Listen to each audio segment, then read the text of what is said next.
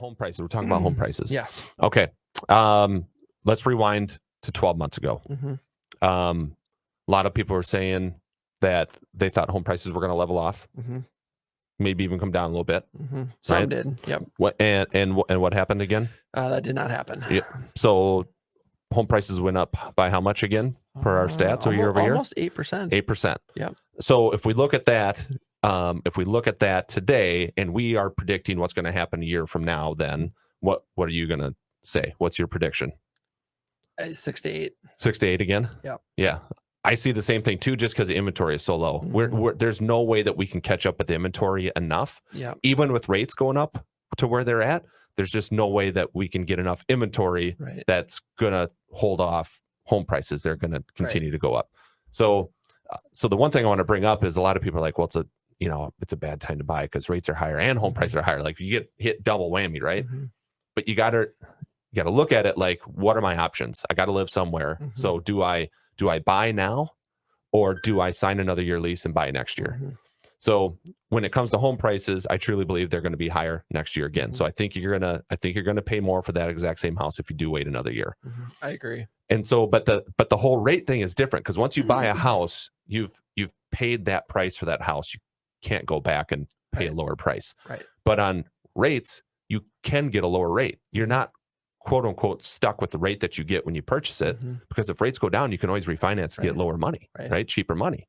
So, so I'm looking at it and like, whenever I hear it's just a bad time to buy, I'm going to wait I'm going to rent another year and wait. I just kind of bite my tongue, roll my eyes a little bit, and I'm just like, honestly, I it's a mistake. Yes, I agree. It's going to cost you more, because a lot of people are like, well, I think rates are going to come down because there's going to be a recession. Yeah, that's true. But if you buy a house today, you can still get that rate 12 months from now.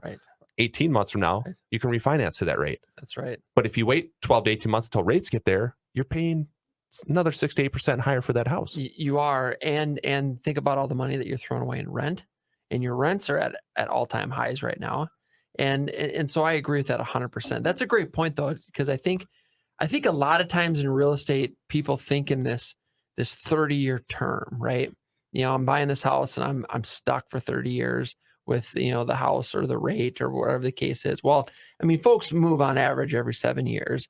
I mean, it used to be every like 3 or 4, but it's closer to that 6-7 year range right now. But you bring up a great point in the rates, and you and I have been talking about that for the last, 2-3 months. It's like, don't get stressed out about the rates. First of all, rates in the 5s are still really, really good. Yes. The average 40-year fixed rate is 8.25. So anything in the 5s is great. But you just get your house, and if there's an opportunity to refinance when the rates go lower, if they do, then you can take that opportunity. So. Yeah, exactly. And so long term too, rent doubles every 20 years. Yes. If you are one of those people that actually buys a house and stays in it for 20 years, guess what your payment is on year 20 versus year 1? Oh, the principal interest is the same. The principal interest is the same. It's exactly the same. But where your rent has doubled. Doubled. You know what I mean? So you got to keep that into consider too. You're locking in a principal and interest payment that won't change on you moving forward. Right.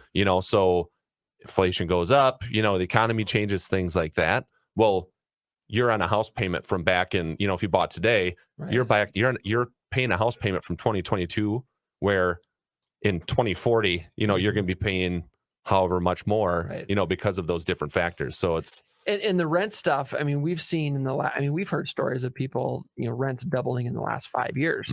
Or 5 years ago, they were paying $1,500 a month, and now they're paying almost $3,000, 5 years. Right. So to keep that in mind as well.